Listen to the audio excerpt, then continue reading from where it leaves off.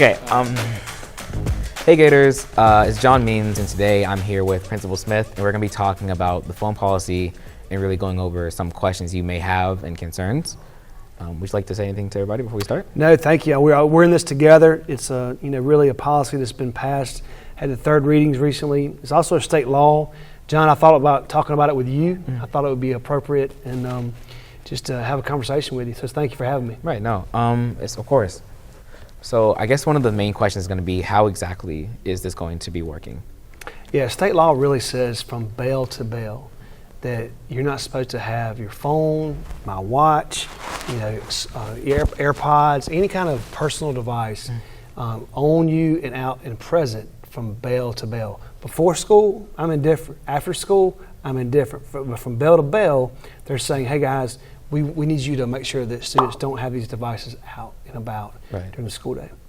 Okay, so I know that a lot of people are asking this question when they heard about it, which is, this is also apply to ILT and lunch, because a lot of people are on their phones during those periods, but not necessarily inside of class. And they want to know what that applies to, because a lot of students, especially the seniors and juniors, have a lot more ILT than the underclassmen. Sure. I think if you're on this campus from bell to bell, what's unique about River Bluff that's not as unique about other campuses is we do have independent learning time. And you've also got C1 and C2 where you've got some lunch time, which is still your independent learning time. From bell to bell, that would incorporate that time as well. So wouldn't be able to have your device out, let's say in the commons, or during the library, or in the cafeteria.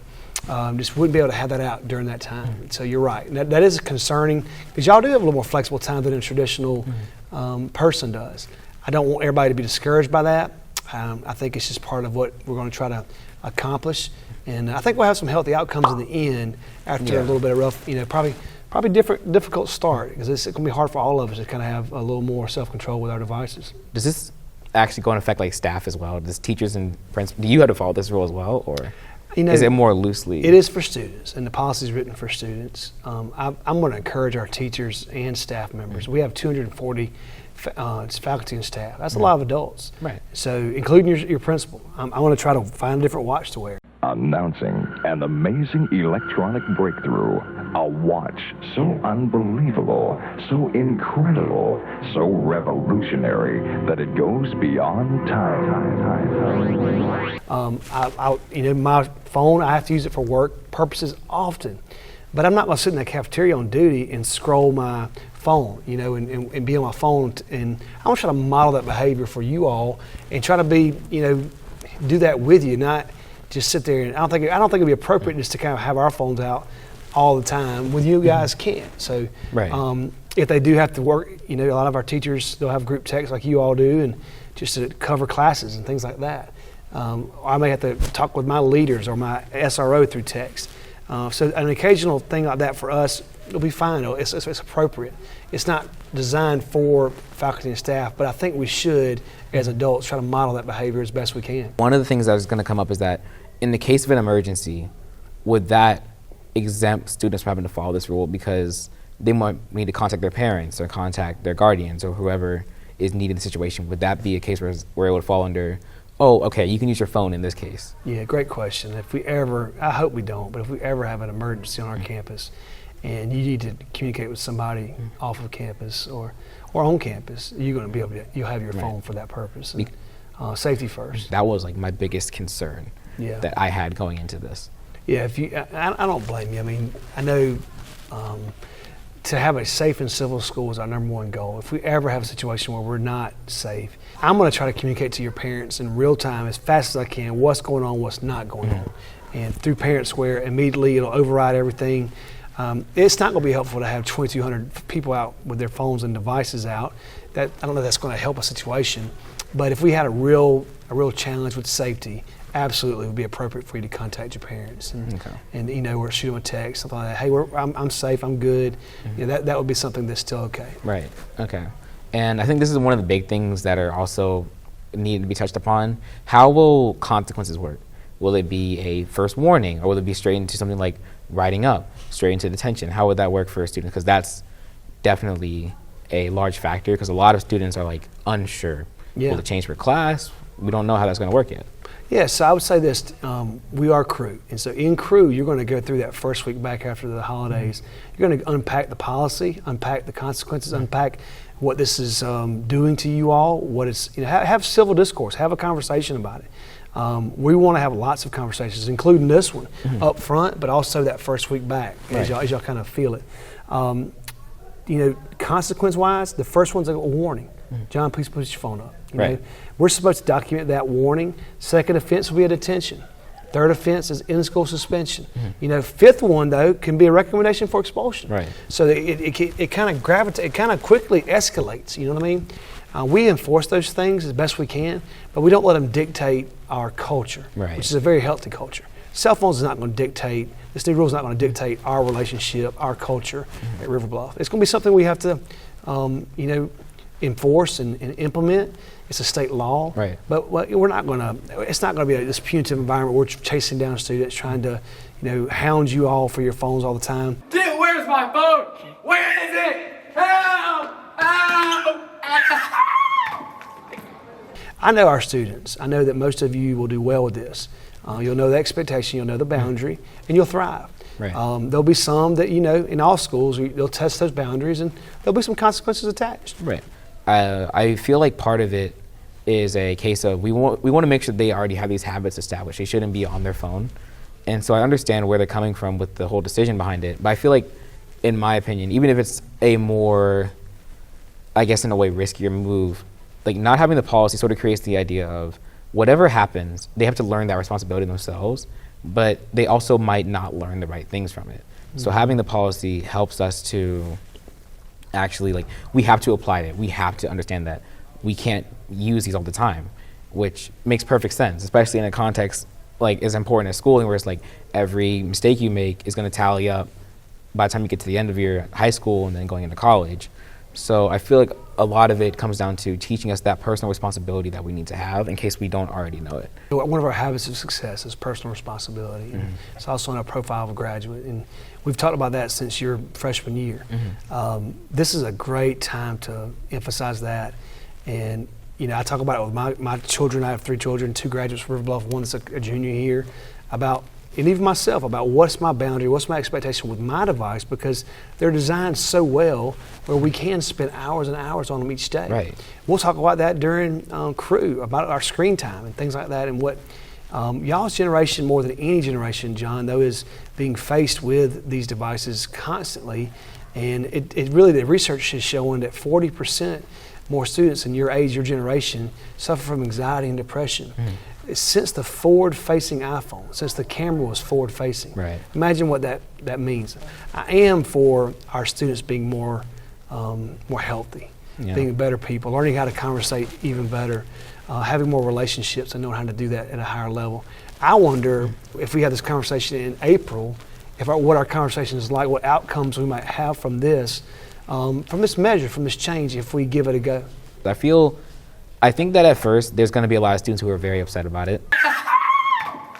But I really do feel that by the time you get to April, you're going to realize how much time you don't actually spend on it. Because a lot of times when I'm on ILT, I'm with my friends, I'm talking with them, and the phone isn't really a part of the equation. So I feel like for the students who are here, including me, it's going to get a lot better a lot faster than you think. A lot of students were asking about this. A lot of them will use their AirPods or headphones, whatever they have, to listen to music while they work, because it helps them block out distractions. And there's a lot of space, obviously, for students to go. There's different commons, a library, and some teachers let them work in classrooms, but there are a lot of them that are filled with a lot of people, especially the library, which is ironically a very loud place. Is someone sitting here? Quiet! This is a library! So in that case, the question would become, where should they go then? Because it's hard to find a quiet area to work in. Yeah, it's a great question. I think there's going to be an evolution with this, John. I really do. My friends, my colleagues that have already implemented in other school districts to start the school year said the first 3 weeks is a little more challenging because everybody's trying to figure out how to do life without this technology. I would say this, I think about our cafeteria. Right now, if you and I walk down there, there's 600 seats down there. It's a beautiful space. There's plenty of spaces you could go work independently. When I was studying in college, I would go to Thomas Cooper Library and go to the basement, and they would find a quiet space to work. What's tough about that is if I want to work with 4 people and still be blocked out. Your generation, sometimes you'll work with 4 people, Right. but you'll have your AirPods in, but you're still working on your work. So with that, you may have to remove yourself to go to one of those other commons or the library or the cafeteria to find a space, because there's plenty of spaces on this campus. It was built that way where we can find quiet spaces, Right. I believe. But we'll see. Yeah, this would apply more to students who are doing classwork or they're in a class. A lot of them will be like the center students here, the ones that are in the studio right now or maybe in sound recording. Yeah. In a lot of cases they're going to be working with earbuds and headphones already. And even though this wouldn't fall into the same thing as using your phone per se, general rules about headphones still apply in that case because we're using it for work. And at the same time, you also say, we need to get this asset, which is on my phone. And would that still be not allowed for, like, I need this music, I need this song, let's get it from my phone and transfer it over? Would that still be possible? Yeah, I mean, the district's talking about having some certain forms, certain permissions that teachers use to get that, to use technology in classrooms. Here's the thing, I mean, technology for your generation, it needs to be used. It Right. needs to be leveraged to do schoolwork, especially like where are we doing right now? We're in a center of technology, you know, and, Right. and video and advancement. So that's something we've got to have. If you need to take music off of your phone for a project that you're working on in class, that's perfectly okay, as long as your teacher vets that process. Right, We're gonna that's what I was thinking. Yeah, and we think about how many times we use that throughout. A lot of you all have so many classes where you're using technology well. That's got to continue because we got to get y'all ready for the future. Y'all use your phones a lot for just time. A lot of you also use your devices for where I'm supposed to be right now and what class am I supposed to be. Yeah, that was how a lot of people. Yeah, a lot of people check have like Power School on their phone, and that's how I check my schedule for like the first week in order to understand I'm here now, because it takes like a little bit of time to internalize the schedule because it's always moving. Yeah, but I would think that maybe a screensaver or maybe some type of background where your schedule's there on your computer. If we don't want to print out 2,200 copies of schedules again, but I know a lot of y'all use your phones for it to find out where you're supposed to be right this moment. Where do I go? Follow the river. Where do I go? Follow the gulls. Where is the something? Where is the someone that tells me why I live and die? Well, another thing that was coming to mind was how would parents get in touch with their students if they're, say, getting dismissed and the parents go to the office. The parents go to the office and they sign their child out. They can't text them anymore because they won't be able to check it. Yeah. But at the same time, other things would be like, if students are most juniors are going to start driving, or some older sophomores are going to start driving, and that's going to be a case of parents will definitely want to be on the know, and they're going to be, hey, are you okay? Hey, did you make it? What time are you leaving? How is traffic? They want to keep up more in line and on track with what students are doing. So how would that be affected by the policy? That's actually going to be a part of it. It's going to probably more difficult is your parents. A lot of your parents are so used to being able to get access to you 24/7. So even signing them out during independent learning time, it's going to have to be advanced. John, you got an appointment for the physical therapist at 1:30 today. I'll meet you in the front office at 1:30 today.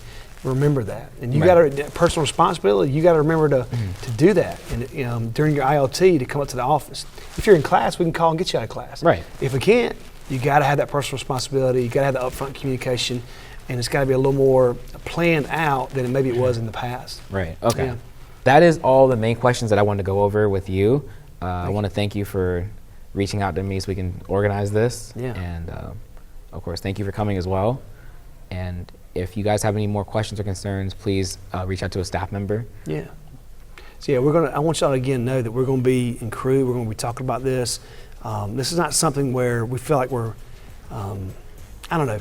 Again, I want it to be in line with our culture and who we are as River Bluff. It's not going to change who we are, but it is something that's a pretty significant change in your school history, in your really student history. So, if you got questions for me or your crew leaders, ask. Let's talk about it. Let's have open dialogue.